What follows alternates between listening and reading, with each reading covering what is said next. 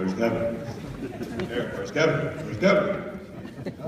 Kevin always didn't show up to practice on time. He could treat it like a boss. Russ Hellickson, everybody.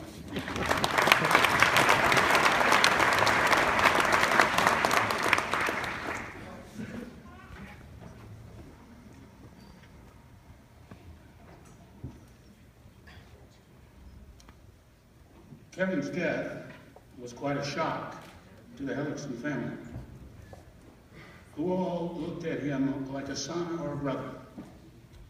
Coaches, like mothers and fathers, do not expect or desire to outlive their athletes or children.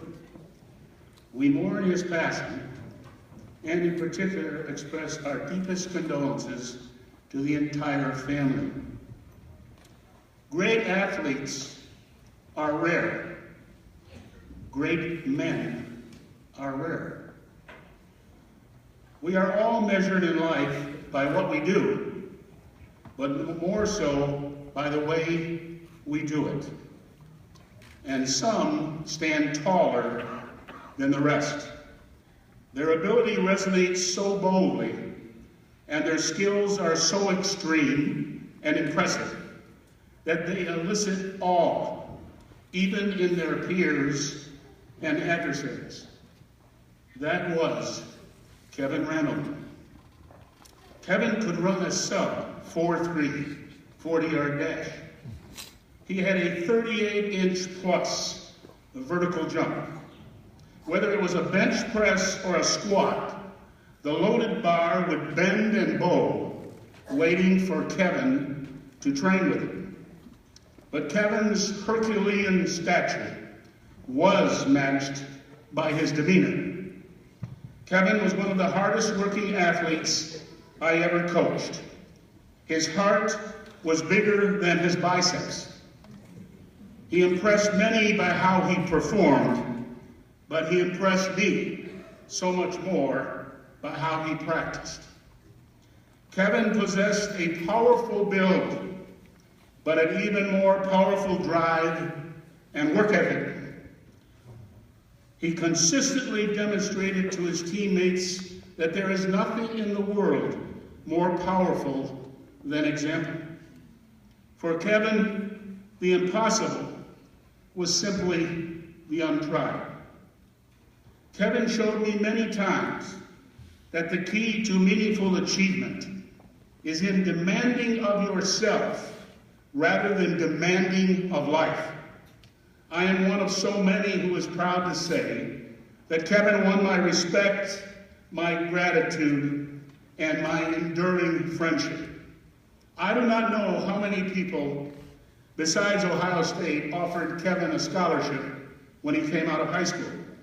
It was not a deterrent for me. I did not care, as I knew that we had a diamond in the rough.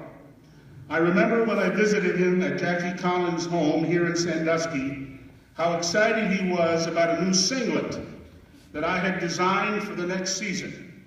I let him try it on, and he wanted to keep it. I said that was not legal or possible, but that I would be proud to have him wear it and win an NC2A title in that singlet. He committed to the Buckeyes that night. And yes, he wore that singlet, and we had his loyalty forever. His personality would brighten any room, and his enthusiasm was boundless. He always had time to assist others or to offer a kind word to bolster a sensitive ego. Kids loved him at camps, and they quickly, like the rest of us, discovered, as awesome as he was as an athlete, Kevin was an even better person. I still think about his career at Ohio State and marvel at the many explosive moves that I had front row seats to see him execute for the Buckeyes. The excitement and anticipation of NC2A wrestling matches always stirred the crowds.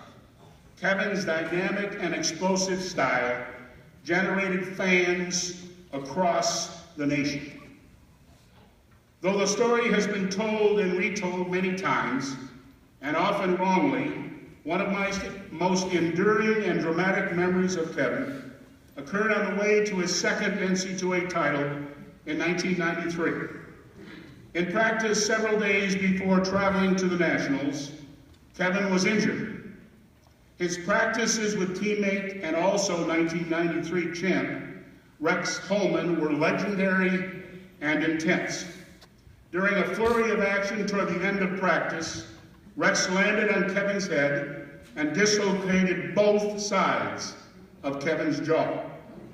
Trainers and doctors on hand could not reduce it, and Kevin was taken to the emergency room at OSU hospitals.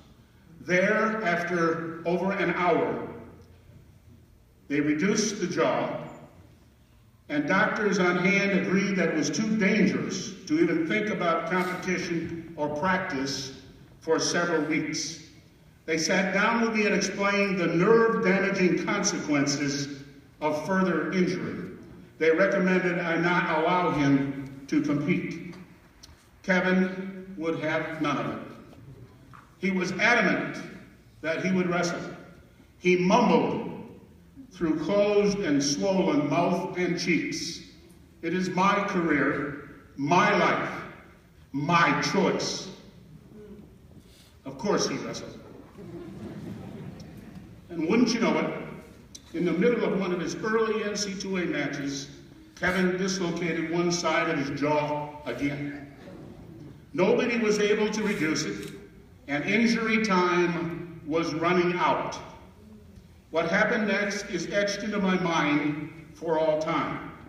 Kevin pushed the doctor away, and in one motion dropped to his knees from standing, bouncing the side of his head off the mat, popping the jaw back in.